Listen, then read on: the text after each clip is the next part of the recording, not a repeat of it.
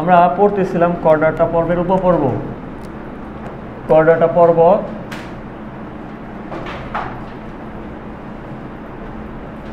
কর্ডাটার 3টা উপপর্ব ছিল।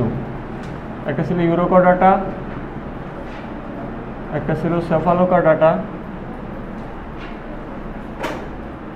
আর একটা ছিল কি ভার্টিব্রাটা।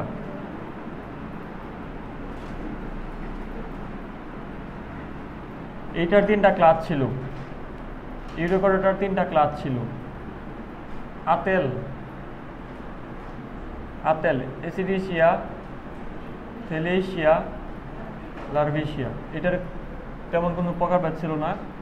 এই ভার্টিব্রাটার 2টা সুপার ক্লাস ছিল। একটা ছিল অ্যাগনাথা,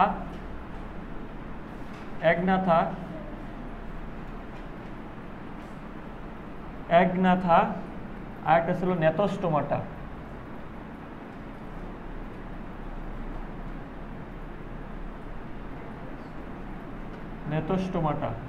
অ্যাগনাথা এন্ড নেতস্টোমাটা।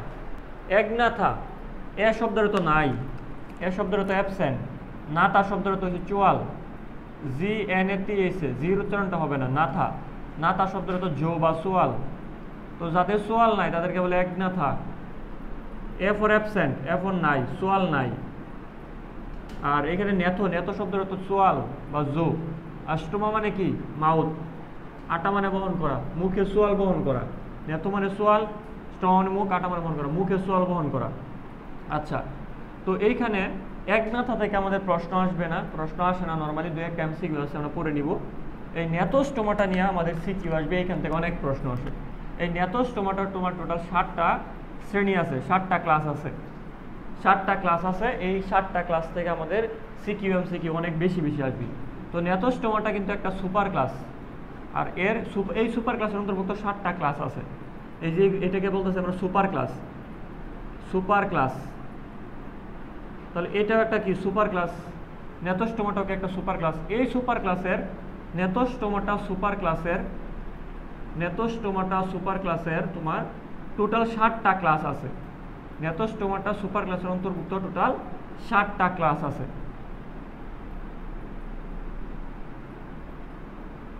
1 2 3 4 5 6 7। এই 7টা ক্লাস আমাদের ভালো করে শিখতে হবে। এটা পড়তে পারলে আমাদের মোটামুটি অধ্যায়ের পড়া শেষ। আর অ্যাগনাথার 2টা ক্লাস আছে। এই 2টা ক্লাস থেকে জাস্ট MCQ আসবে। এখানে 2টা ক্লাস আছে। এখানে আমরা যা পড়বো ক্লাস 1 অ্যান্ড ক্লাস 2। আর এখানে টোটাল 7টা ক্লাস আছে, ঠিক আছে? এই যে ক্লাস 1, ক্লাস 2, 3, 4, 5, 6, 7, এখানে 7টা ক্লাস আছে। C ফর ক্লাস, এখানে 7টা ক্লাস আছে, 7টা শ্রেণী আছে। তাহলে নেতস্টোমাটার অন্তর্ভুক্ত, নেতস্টোমাটা মানে মুখে সোয়াল আছে এরকম সুপার ক্লাসের বা অধি শ্রেণী, সুপার মানে অধি শ্রেণী, বাংলাতে বলে অধি শ্রেণীর 7টা ক্লাস আছে। আর অ্যাগনাথা এই সুপার ক্লাসের বা অধি শ্রেণীর 2টা ক্লাস আছে। এটা আমাদের পরীক্ষায় তেমন আসবে না, কিছু MCQ আছে, 2-4টা MCQ আছে, এগুলো আমরা পড়বো। তো আমরা আগে এই এরিয়াটা পড়বো, ঠিক আছে? আমরা এই 7টা ক্লাস নিয়ে পড়বো। আচ্ছা, প্রথমত আমরা 7টা ক্লাসের নাম লিখি। দেখো এইখানে লিখি,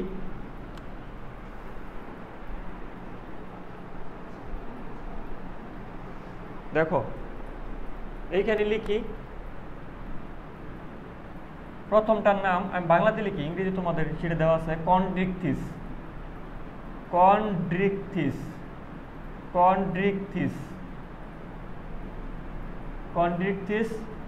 2 নাম্বারটাকে বলে অ্যাক্টিনোপটেরিজি।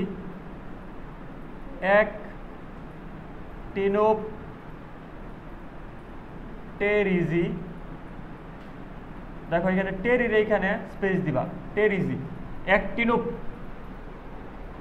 তারপর কি টেরিজি। 3 নাম্বারটাকে বলে সার্কোপটেরিজি।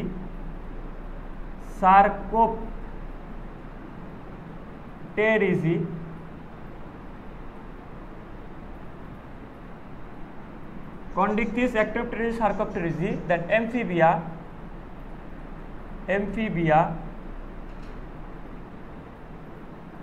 then reptilia,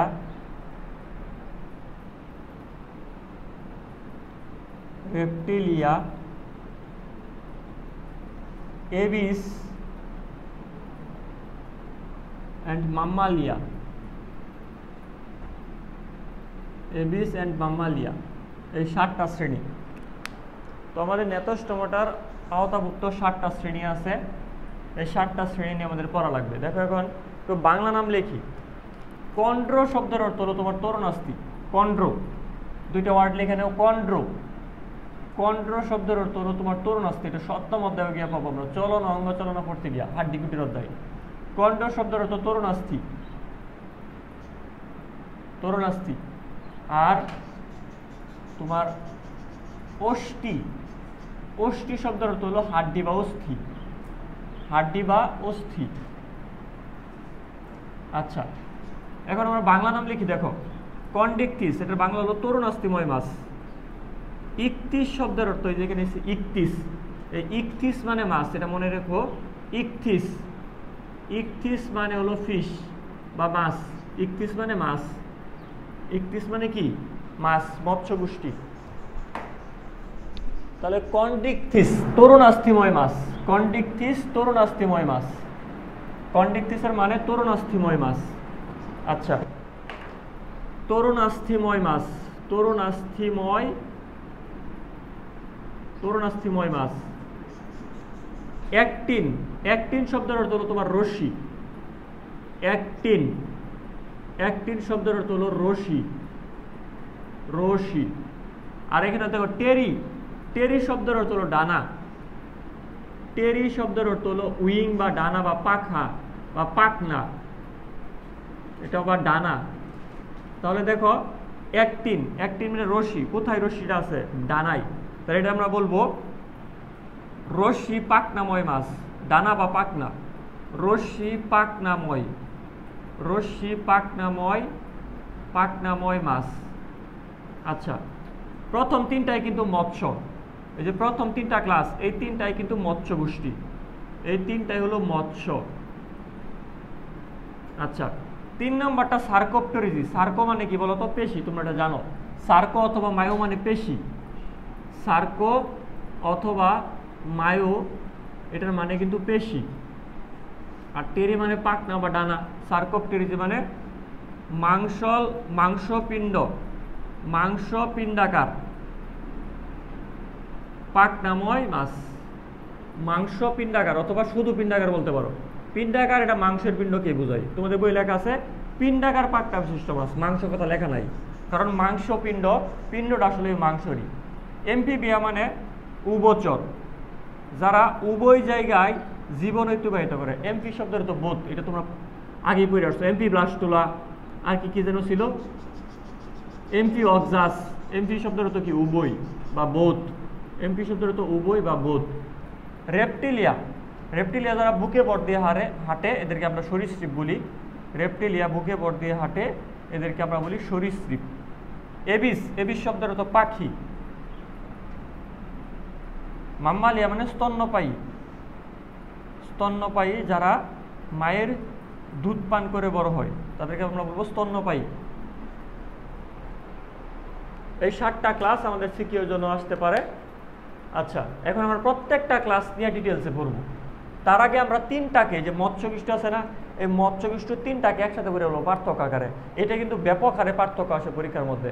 তোমাকে 3টা ফিশ বা মাছের ছবি দেওয়া দিবে, 3টা পাশাপাশি ছবি দেওয়া দিবে ABC, তারপর বলবে যে এদের মধ্যে পার্থক্য লিখো। অথবা 2টা ছবি দেওয়া দিবে, ধরো এইটার আর এটা ছবি দেওয়া দিল, অথবা প্রথমটার আর দ্বিতীয়টা ছবি দেওয়া দিল, বললো এ এবং বি এর মধ্যে পার্থক্য লিখো। তো এইটা পার্থক্য যদি তুমি শিখো তাহলে কিন্তু বৈশিষ্ট্য হয়ে যাবে। আমরা 15-16টার মতো পার্থক্য করবো, তাহলে কিন্তু প্রত্যেকটার কিন্তু 15টার মতো বৈশিষ্ট্য হয়ে গেল। বুঝছো কথা? এটার বৈশিষ্ট্য, এটার বৈশিষ্ট্য, এটার বৈশিষ্ট্য, টোটাল 45টা বৈশিষ্ট্য কিন্তু শেখা হয়ে যাবে যদি আমরা একটা পার্থক্য করি।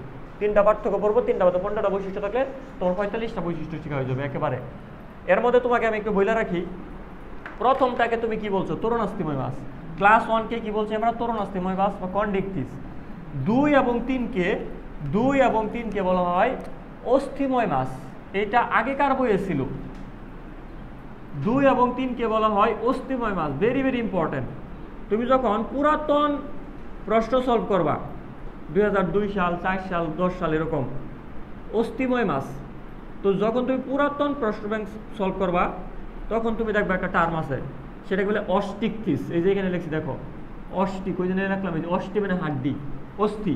তো অস্থিময় মাছের ইংরেজি কি? অস্টিকথিস। এই যে ইকথিস, ইকথিস মানে মাছ, ইকথিস মানে কি মাছ, কন্ডিকথিস।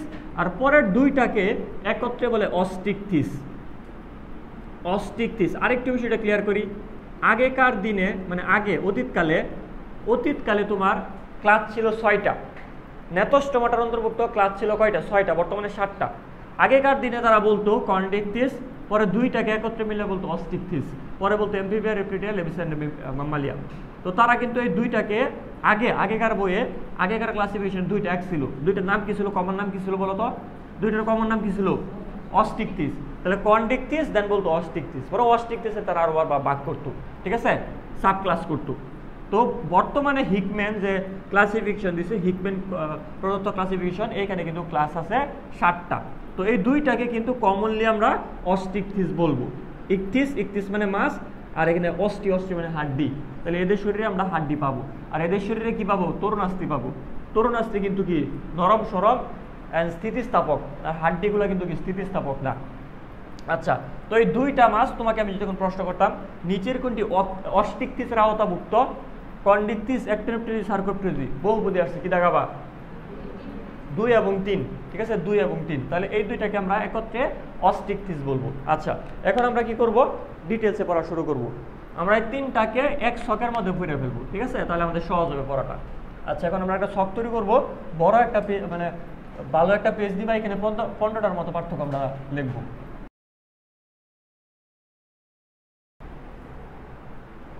আচ্ছা, আমরা প্রথমে দেখি এদের অন্তঃকঙ্কাল কেমন। আমার পার্থক্যের বিষয় 1 নম্বর পার্থক্যের বিষয় পড়তেছি, অন্তঃকঙ্কাল। কোন মাছের ভিতরের অন্তঃকঙ্কাল কেমন?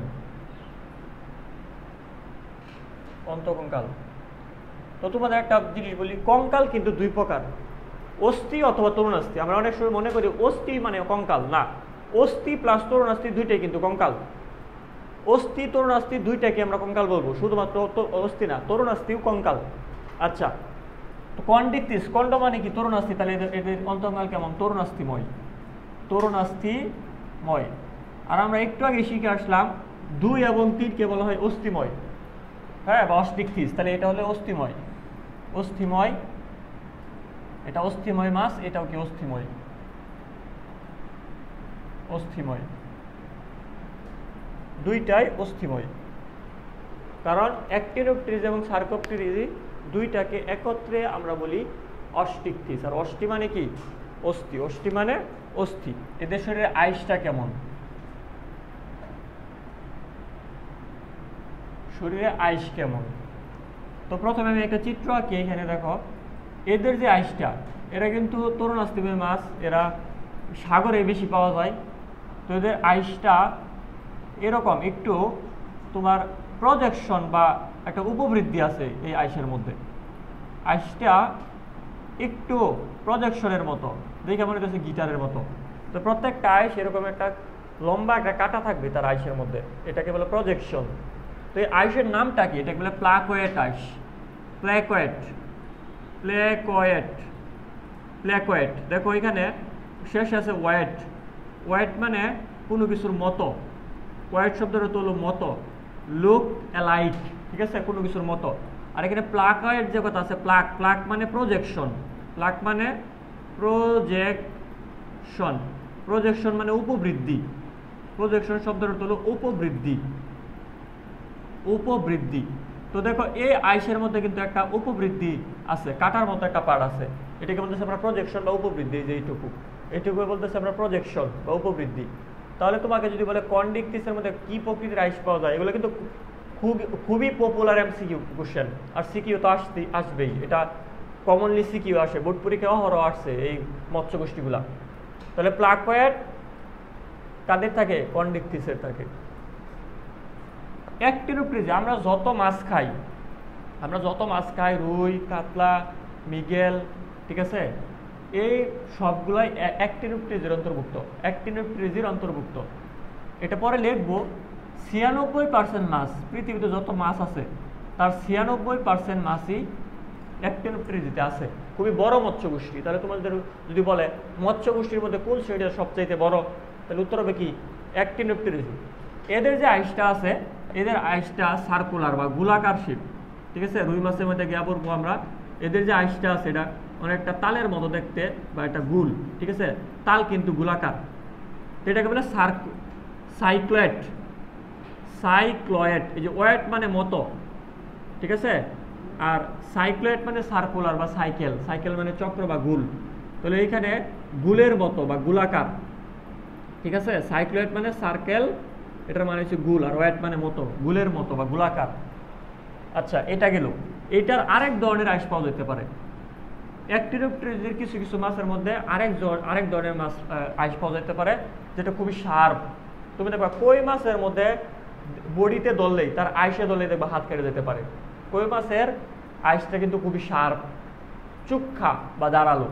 তো এদের আইসটা এরকম হয়, ধরো এদের আইস এরকম, সামনের পার্টটা এরকম সুচালু, এরকম এরকম সুচালু আছে একটা পার্ট, চুক্ষা, ঠিক আছে। এখানে হাত থাকলে কাটে যেতে পারে। তো আমাদের দেখো চিরুনি যে আছে, চিরুনির মধ্যেও কিন্তু এরকম আল আছে, এই যে একটু পর পর এরকম আল আছে, আল, এদেরকে বলে চিরুনির আল। এটা ধরো চিরুনি, তো এটা দেখতে মনে হইতেছে যে চিরুনি, মনে হইতেছে এটা নিয়ে এবার চুল আসানো যাবে, এরকম মনে হইতেছে, ঠিক আছে। আচ্ছা, তো এটাকে বলে টিনোয়েট আইস। টিনোয়েট প্রকৃতির আইস। এখানে টিন শব্দের অর্থ হলো কোম শব্দের অর্থ হলো চিরুনি। তাহলে চিরুনির মতো, এই যে ওয়েট মানে কি মতো, চিরুনির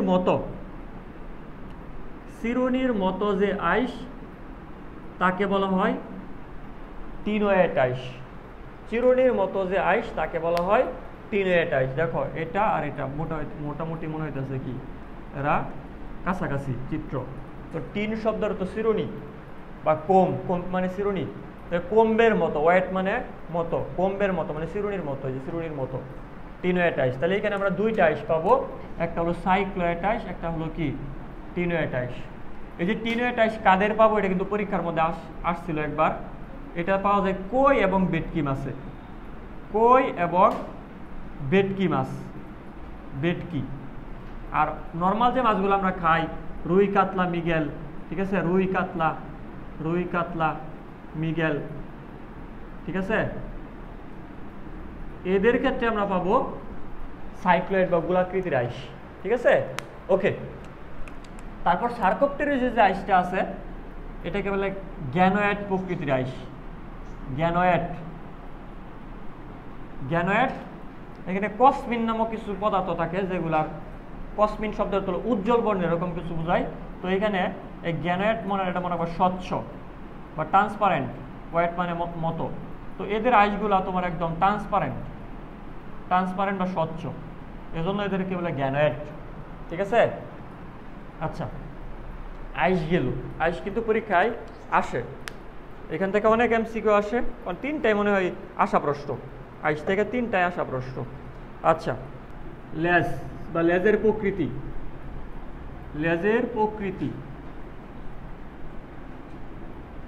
আচ্ছা, এদের লেজটা দেখবা একটা খণ্ড বড় এবং আরেকটা খণ্ড ছোট, এটা তাদের লেজ। দেখো একটা পার্ট ছোট, একটা পার্ট বড়, তাহলে এটা কিন্তু অসম প্রকৃতির। দেখো দুই মাঝখান দিয়ে যদি আমরা ভাগ করতাম, দুইটা খণ্ড কিন্তু কি সমদ্বিপার্শ্বীয় হয় নাই, বুঝছো, অসম প্রকৃতির। এটা আমরা অসম প্রকৃতির লেজ দেখতেছি। এটাকে বলে অসম মানে কি হ্যাটারো, অসম মানে হ্যাটারো শব্দের অর্থ হলো অসম, হ্যাটারো। সার্কাল শব্দের অর্থ লেজ, সার্কাল মানে লেজ। আরেকটা ওয়ার্ড পাবা সার্কি, গাছফড়িং করার সময় করবা অ্যানাল সার্কি, সার্কি হিসেবে বহু বচনে বলে, সার্কি যুক্ত শব্দ বহু বচন। সার্কাল, হ্যাটারো সার্কাল মানে অসম প্রকৃতির লেজ। হ্যাটারো শব্দের অর্থ কি, হ্যাটারো শব্দের অর্থ অসম মানে সমান নয় এমন লেজ। এদের ক্ষেত্রে আমরা পাবো হোমো সার্কাল, পাবো দুইটা পার্ট সমান, এদেরকে বলে হোমো সার্কাল। আচ্ছা দেখো, এখানে যেটা বলতেছিলাম হোমো শব্দের তো সমান, সার্কেল মানে কি লেস, তাহলে দুইটা পার্টি কি সমান। এই যে এখান থেকে যদি মাঝখান দিয়ে তুমি ভাগ করো, মাঝখান দিয়ে যদি ভাগ করা হয় তাহলে দেখা যাবে দুইটা পার্টি সমান, হোমো সার্কেল। হোমো শব্দ তো সেম। এখানে দুইটা পার্ট ছিল দেখো, ডাই মানে দুই, সার্কেল মানে লেস। বাট এইখানে আমরা কিন্তু জানি এটা সার্কোপটেরিজিস, সার্কো মানে কি পেশি বা মাংস। এদের ক্ষেত্রে এই পার্টটুকু দেখো, এই পার্টটুকু কিন্তু আস্তে আস্তে ফিল আপ হয়ে যায় কি দ্বারা, মাংস দ্বারা, বুঝছো, মাংস দ্বারা ফিল আপ হয়ে যায়। এদের এই পার্টটুকু মাংস দিয়ে ফিল আপ হয়ে গেছে, ফিল আপ বা বৃদ্ধি পাইছে। এখানে বলা হয় ডাইফি সার্কাল লেস, এই লেজের প্রকৃতি ডাইফি সার্কাল। এই ফি শব্দের অর্থ ফিল আপ বা বৃদ্ধি।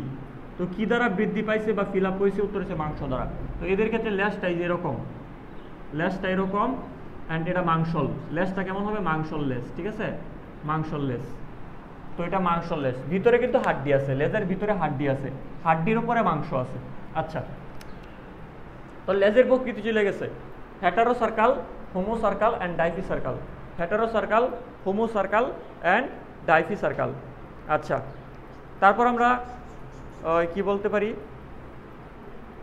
উপাধি বলতে পারি। উপাধি অলরেডি বাংলা নামটা, উপাধি যদি বলো তাহলে এদের বাংলা নামটা, এটা লিখতে পারো না লিখতেও পারো, এটা লেস ইম্পর্টেন্ট বলতে গেলে। উপাধি, এই শ্রেণীটার নাম কি, বাংলা নাম কি, বাংলা নামটা বলবা। উপাধি কি বলো তো, এটার নাম কি বলো, কি হবে উপাধিটা, কি হবে?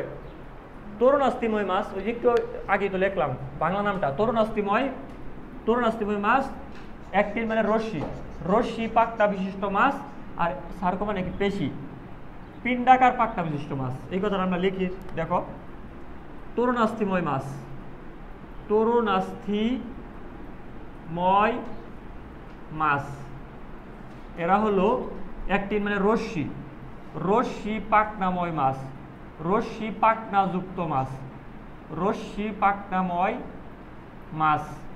আর এরা হলো পিণ্ডাকার পাকটা বিশিষ্ট মাছ। পিণ্ডা বলতে মাংসপিণ্ড, পিণ্ডাকার পাকনাময় মাছ, পাকনাময় মাছ, পিণ্ডাকার পাকনাময় মাছ। আচ্ছা, তারপর একটা জিনিস বলি, এই যে এটা লেজ এমন কেন, খেয়াল করো, এটার লেজ হেটারো সার্কাল হওয়ার সুবিধা বা অসুবিধা কি আমরা একটু পরে পড়বো। 5 নম্বর পয়েন্টে এদের বায়ুথলি বা পটকা। তুমি রুই মাছ কাটতে থাকবে, একটা সাদা চকচকে একটা বায়ুথলি থাকে। এই বায়ুথলির কাজ হচ্ছে তোমার এটাকে পানিতে একটা মাছকে স্থির রাখতে সহায়তা করে বা বাসায় রাখতে সহায়তা করে, বায়ুথলি বা পটকা, ঠিক আছে, সুইমিং ব্লাডার বলে। এইটা একটা মাছকে পানিতে স্থির থাকতে বা বাসায় রাখতে সহায়তা করে। এইটার না বায়ুথলি নাই, এটার বায়ুথলি নাই, ওই দুইটার আছে, এটার বায়ুথলি নাই। এটা অসম আকৃতির হওয়া,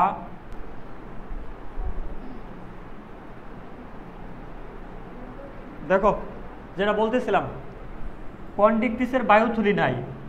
বায়ুথলি পানিতে স্থির রাখতে সহায়তা করে কোনো একটা মাছকে, ঠিক আছে, অথবা বাঁচতে সহায়তা করে। তো এটা কি করে, পানিতে স্থির থাকার জন্য প্রতিনিয়ত লেজকে নাড়ায়, লেজকে নাড়ায় সে পানিতে স্থির থাকে, বুঝছো। আর এরা কিন্তু জাস্ট এভাবে বায়ুথলি থাকার কারণে একদম শান্তশিষ্টভাবে রুই মাছ কিন্তু এভাবে থাকতে পারে, লেজ নাড়ানোর প্রয়োজন নাই। এর বায়ুথলি নাই, তাহলে কি প্রতিনিয়ত লেজকে নাড়াইতে হয়, এজন্য তার স্ট্রাকচারটা এরকম। আর যে বেশি লেজ নাড়ায় তার ক্ষুধা বেশি না, তার কিন্তু ক্ষুধা বেশি, তার কিন্তু শ্বসন বেশি বেশি ঘটবে, এটিপি বেশি বেশি লাগবে। তো এরা কিন্তু রাক্ষসে স্বভাবের, লজিক্যাল। দেখো তোমাদের বই লেখা আছে কন্ডিকটিস মাছগুলো রাক্ষসে স্বভাবের। কেন রাক্ষসে? দেখো এরা স্থির থাকার জন্য বা বাসার জন্য প্রতিনিয়ত লেজকে নাড়ায়, তাহলে যে কাজ বেশি করে তার ক্ষুধা বেশি, এজন্য এরা কিন্তু রাক্ষসে স্বভাবের, এরা রাক্ষসে স্বভাবের, রাক্ষসে স্বভাবের। আচ্ছা, রাক্ষসে স্বভাবের। এদের বায়ুথলি আছে, এদেরও বায়ুথলি আছে, বায়ুথলি বা পটকা। বায়ুথলিকে বলে কি, পটকা।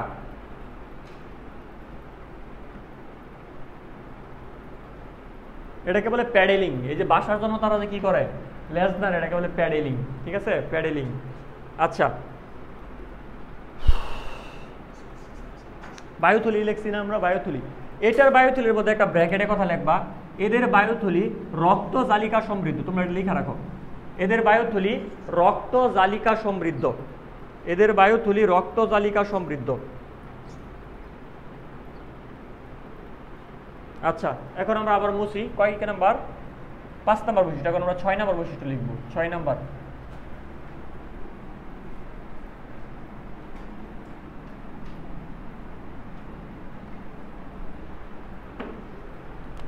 6 নম্বর বৈশিষ্ট্য সেটা হলো কানকু। এটাকে ইংরেজিতে বলে অপারকুলাম।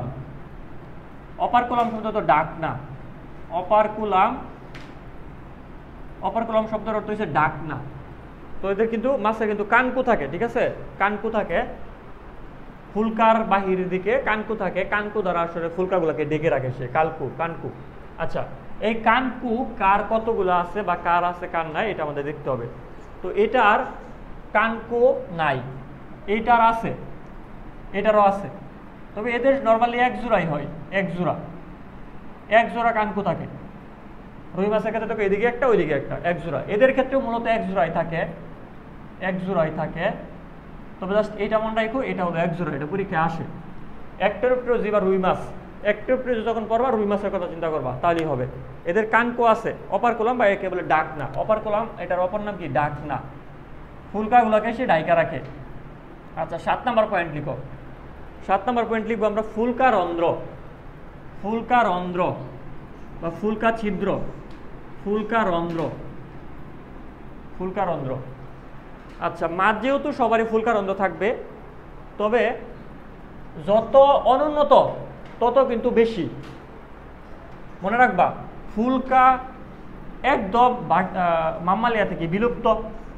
মানুষের কিন্তু আগে ফুলকা রন্ধ্র ছিল, ঠিক আছে। এগুলো আমাদের মধ্যকোণ তৈরি করে ফেলছে, ইউস্টেশন নালী তৈরি করে ফেলছে ফুলকা রন্ধ্রগুলা। আচ্ছা, যত উন্নত তত ফুলকার সংখ্যা কমতে থাকে, এটা একটা ট্রিক্স। যত উন্নত তত ফুলকার সংখ্যা কমতে থাকে, ফুলকা রন্ধ্রের সংখ্যা কমতে থাকে। তাহলে বলো তো এই তিনটার মধ্যে সর্বোচ্চ অনুন্নতকে এটা, তার মানে এটার বেশি থাকবে। তার মানে ফুলকা রন্ধ্র থাকা একটা অনুন্নত বৈশিষ্ট্য, তাহলে যার বেশি আছে সে তত বেশি অনুন্নত, তাহলে এদের বেশি থাকবে, ঠিক আছে। কন্ডেক্টিসের ফুলকা রন্ধ্রের সংখ্যা বেশি, 5 থেকে 7 জোড়া। আর এদের ফুলকা রন্ধ্র 1 জোড়া,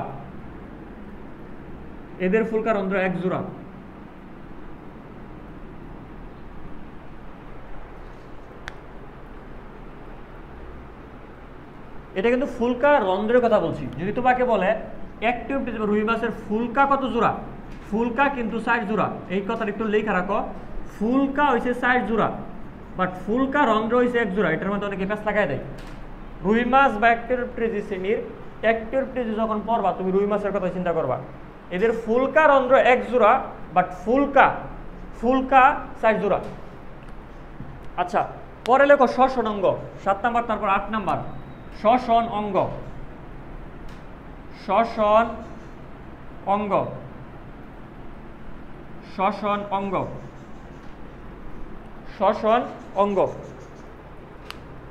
শ্বসন অঙ্গ এদের ক্ষেত্রে ফুলকা, মাছের ক্ষেত্রে নরমালি ফুলকা থাকে। বাট বলো তো মাছের মধ্যে সবচেয়ে উন্নত মাছ কোনটা? এটা, কারণ এটা এইদিকে আছে। এদের ক্ষেত্রে ফুলকা এবং ফুসফুস দুইটাই থাকতে পারে, ফুলকা ফুসফুস। এই পর্বের একটা প্রাণীর নাম আছে সিলাকান্ত, ঠিক আছে। আর একটা আছে লাংফিশ, একটু পরে দেখবো লাং। এই যে লাং মানে কিন্তু ফুসফুস। যেসব মাছের সার্কোপটেরোজির অন্তর্ভুক্ত যেসব মাছের ফুলকার বদলে ফুসফুস থাকে তাদেরকে লাংফিশ বলে। উদাহরণ যখন লিখবো তখন লিখতেছি যে লাংফিশ হচ্ছে তারা যাদের ফুসফুস থাকে, কথা বুঝছো, লাংফিশ। আচ্ছা, তো এদের ফুলকা থাকতে পারে অথবা ফুসফুস থাকতে পারে। আচ্ছা, তারপর লিখবা মুখছিদ্রের অবস্থান, 9 নম্বর পয়েন্ট, মুখছিদ্রের অবস্থান। মুখছিদ্র, তুমি একটা জিনিস খেয়াল করো, রুই মাছের মুখছিদ্র কিন্তু এই যে এইদিকে, এটা পার্শ্ব, এই তলে। বাট কিছু কিছু মাছ আছে, এটা ধরো মাছ, হ্যাঁ, তাদের মুখছিদ্র হয়েছে এই দিকে অঙ্কীয় তলে, আর এটা কিন্তু পার্শ্বীয় তলে। এটা পার্শ্বীয়ভাবে আছে, এই যে এটা ধরো এই বক্সের এই দিকে মুখছিদ্র, এটা মুখছিদ্র। আর এদের ক্ষেত্রে এই যে এটা ধরো একটা বক্স বা মুখ, এটার মুখছিদ্র হয়েছে নিচের দিকে, এই যে এইদিকে। তাহলে এটা হচ্ছে অঙ্কীয় তলে, নিচের তলে, আর এটা পার্শ্বীয় দিকে, তাই না? তো এটা আমরা লিখতে পারি অঙ্কীয় দিকে, আর বাকি দুই হচ্ছে সম্মুখ প্রান্তে। এই দুইটাদের ক্ষেত্রে আমরা দেখবো সম্মুখ প্রান্তে অবস্থিত, ঠিক আছে। এই যে এটা হচ্ছে ধরো মুখের নিচের তলে, অঙ্কীয় তলে, তাহলে এটাকে বলবো আমরা অঙ্কীয় তলে, অঙ্কীয় দিকে। অঙ্কীয়র বায়োলজি কি?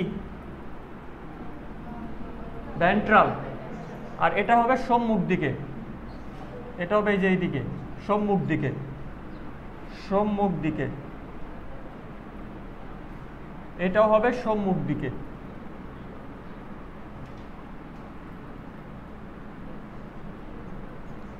তো 9 নম্বর পয়েন্ট আমাদের শেষ। এখন আমরা করবো 10 নম্বর পয়েন্ট, নিষেক কেমন। 10 নম্বর পয়েন্ট নিষেক।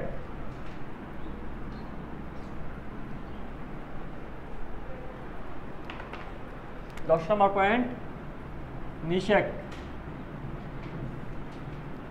নিষেক মানে শুক্রাণু ডিম্বাণুর মিলন। শুক্রাণু ডিম্বাণুর মিলনটা কোথায় হইতেছে এটা আমাদের জানা দরকার। নিষেক, এদের ক্ষেত্রে নিষেকটা অন্তনিষেক। অন্তনিষেক মানে স্ত্রীদেহের ভিতরে নিষেক। শুক্রাণু ডিম্বাণুর মিলনটা স্ত্রীদেহের ভিতরে হবে। আর রুই মাছের ক্ষেত্রে আমরা গিয়ে দেখি পড়বো এটা বহির্নিষেক। তাদের শুক্রাণু ডিম্বাণুর মিলন পানির মধ্যে ঘটে, শরীরের ভিতরে না, ওটাকে বলে বহির্নিষেক। তাহলে এটার ক্ষেত্রে অন্তনিষেক, এটার ক্ষেত্রে বহির্নিষেক, আর ওইটার ক্ষেত্রে দুইটাই দেখা যেতে পারে। অন্তনিষেক বহির্নিষেক টোটালি দুইটাই দেখা যায়, অন্ত অথবা বহি দুইটাই মানে মাঝে মাঝে দেখা যায়। কারো কারো ক্ষেত্রে অন্তনিষেক, কারো কারো ক্ষেত্রে বহির্নিষেক। তবে বহির্নিষেকের পরিমাণটাই বেশি, এটাকে তুমি জাস্ট একটা স্টার দিয়ে রাখো, কারণ এটার মধ্যে অন্তনিষেক বহির্নিষেক দুইটাই ঘটতে দেখা যায়, বাট বহির্নিষেকের পরিমাণটা এখানে আমরা বেশি ধরব। আচ্ছা, নিষেকের পরে আমরা লিখবো বাসস্থান। নিষেকের পরে 11 নম্বর পয়েন্ট বাসস্থান। বাসস্থান, এরা সমুদ্রে বসবাস করে, মূলত সামুদ্রিক, সামুদ্রিক অধিকাংশই সামুদ্রিক বা সমুদ্রে এদের প্রধান বসবাসস্থল। ঠিক আছে, কেবল সমুদ্রেই থাকে। আর এরা থাকে মিঠা পানিতে, যেরকম রুই মাছ থাকে আমাদের নদীতে, পুকুরে, মাঝে মাঝে কিছু লবণাক্ত পানিতে থাকতে পারে, মিঠা পানিতে এবং লবণাক্ত পানিতেও থাকতে পারে। ঠিক আছে, আর এটা উভয়, এটা উভয় জায়গায় থাকতে পারে, নদী প্লাস সমুদ্র উভয়। ঠিক আছে, এটা নদী প্লাস সমুদ্র মানে মিঠা পানি প্লাস সমুদ্রের পানি দুই জায়গাতেই থাকতে পারে।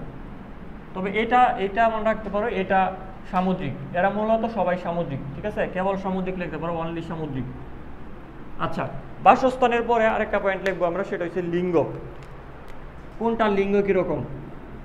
লিঙ্গ, রুই মাছের ক্ষেত্রে কিন্তু স্ত্রী পুরুষ আলাদা, তার মানে এরা এক লিঙ্গি। স্ত্রী পুরুষ আলাদা, এরা কিন্তু এক লিঙ্গি। রুই মাছের ক্ষেত্রে যখন আমরা পূর্ব দেখবা স্ত্রীলিঙ্গ এক লিঙ্গি, এরা সবাই আসলে মাছরা সবাই এক লিঙ্গি, কারণ এরা উন্নত হয়ে গেছে। ঠিক আছে, এরা মূলত এক লিঙ্গি হয়, এক লিঙ্গি, এক লিঙ্গি, কারণ এদের মধ্যে উন্নত বৈশিষ্ট্য মোটামুটি আইসা পড়ছে। সেক্সুয়াল ডাইমরফিজম দেখা যায়, বাহ্যিক আকার আকৃতি দেখেই বোঝা যায় কোনটা পুরুষ কোনটা মহিলা। আচ্ছা, এক লিঙ্গি। তারপর রেচন, কত নম্বর পয়েন্ট এটা?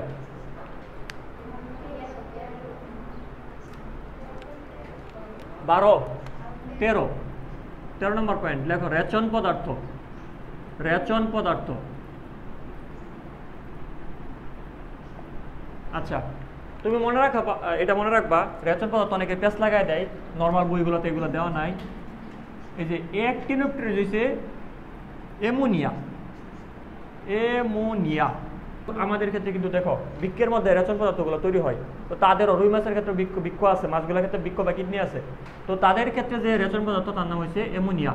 ঠিক আছে, আমাদের ক্ষেত্রে কি ইউরিয়া, ইউরিয়া সাথে আরো অনেক কিছু থাকে, ইউরিয়া জাস্ট মনে রাখবা। তো এই যে অস্টিকটিস যে ছিল, এই দুইটা কিন্তু অস্টিকটিস, তাই না? এই দুইটাকে একত্রে কি বলতেছিলাম আমরা?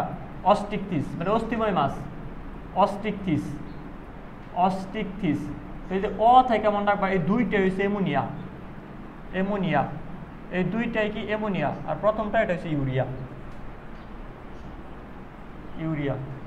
এটা আমার রেচন বর্জ্য, কন্ডিকটিসের রেচন বর্জ্য ইউরিয়া। বাকি দুইটা কোন দুইটা? অ্যাক্টিভটিস, সার্কোপটিস, এই দুইটা কিন্তু একত্রে বলে কি? অস্টিকটিস, অস্টিকটিস। ঠিক আছে, এই দুইটাকে একত্রে অস্টিকটিস বলে, অস্টিকটিস। তো অস্টিকটিসের অ থেকে মনে রাখবা, অ থেকে মনে রাখবা কি? অ্যামোনিয়া, রেচন বজ্র অ্যামোনিয়া। আচ্ছা, তারপর পার্সেন্টটা লিখতে পারো, পার্সেন্ট। এই যে আমরা এখানে 95% লিখছিলাম না, এইটা ধরো 60% বা 60% একটু কম, আর সবচেয়ে কম মানে 1%-এরও কম, 1%, লেস দেন 1%, এটা হলো সার্কোপটেরিজ। এইটার পরিমাণটা সবচেয়ে কম, মানে নাই বলে চলে, দিন দিন আরো বিলুপ্ত হইতেছে। সার্কোপটেরিজ মাত্র কয়েকটা প্রজাতি পৃথিবীতে এখনো টিকে আছে। তাহলে এটাকে তুমি বলতে পারো 4% কাছাকাছি, এটা হচ্ছে 96% আর এটা লেস দেন 1, ঠিক আছে, লেস দেন 1। সার্কোপটেরিজের সদস্য সবচাইতে কম। তারপর আমরা লিখব উদাহরণ, উদাহরণটা লিখবো আমরা, লেখো উদাহরণটা লেখো পরের পয়েন্টে, পার্সেন্টেজের পরে উদাহরণটা লেখো। তো উদাহরণের ক্ষেত্রে এটার মধ্যে আমরা পাই হাঙ্গর, উদাহরণের মধ্যে এটার মধ্যে হাঙ্গর, হাঙ্গর মাছ বলে হাঙ্গর, ঠিক আছে। আরো আছে কুরাল মাছ, সামুদ্রিক কুরাল বলে কুরাল মাছ। আচ্ছা, এটার ক্ষেত্রে রুই কাতলা, খুবই সহজ উদাহরণ, রুই কাতলা, মৃগেল, কই মাছ, ভেটকি মাছ, এগুলা। এই দুইটা উদাহরণ 100% শিখতে হবে ভালো করে। সিলাকান্ত, সার্কোপটেরিজের মধ্যে রয়েছে সিলাকান্ত, সিলাকান্ত, কান্ত, আরেকটা হলো লাংফিশ। দুইটা উদাহরণ ভালো করে শিখতে হবে। ফিশ মাছে, ফিশ মানে কি মাছ, লাং মানে ফুসফুস, লাং মানে কি, লাং বা লাংস শব্দের অর্থ ফুসফুস। আর সিল মানে কি গহ্বর, কান্ত মানে মেরুদণ্ড, কান্ত মানে শিরদাঁড়া, কান্ত মানে মেরুদণ্ড। আর এদের সিল মানে গহ্বর বা কেভিটি। এদের মেরুদণ্ডের যে হাড্ডিটা আছে, হাড্ডিটা মধ্যে ফাঁকা ফাঁকা স্থান আছে, হাড্ডিটার ভিতরে, মেরুদণ্ডের ভিতরে ফাঁকা ফাঁকা গহ্বর আছে। এই গহ্বর থাকার কারণে তারা বাঁচতে পারে, বুঝছো, আর অন্যান্য কিছু সুবিধা পায়। তো সিলাকান্ত, কান্ত মানে মেরুদণ্ড, সিল মানে গহ্বর। মেরুদণ্ডের ভিতরে যেসব মাছের মেরুদণ্ডের ভিতরে গহ্বর ফাঁকা ফাঁকা স্থান আছে তাদেরকে বলে সিলাকান্ত। আর লাংফিশ, যেসব মাছের ফুসফুস আছে, নর্মালি মাছের ফুসফুস থাকে না, নর্মালি ফুলকা থাকে, তো যেসব মাছের ফুসফুস আছে তাদেরকে আমরা লাংফিশ বলবো। লাংফিশ, সিলাকান্ত কোন কোন শ্রেণীর? সার্কোপটেরিজ শ্রেণীর, ঠিক আছে।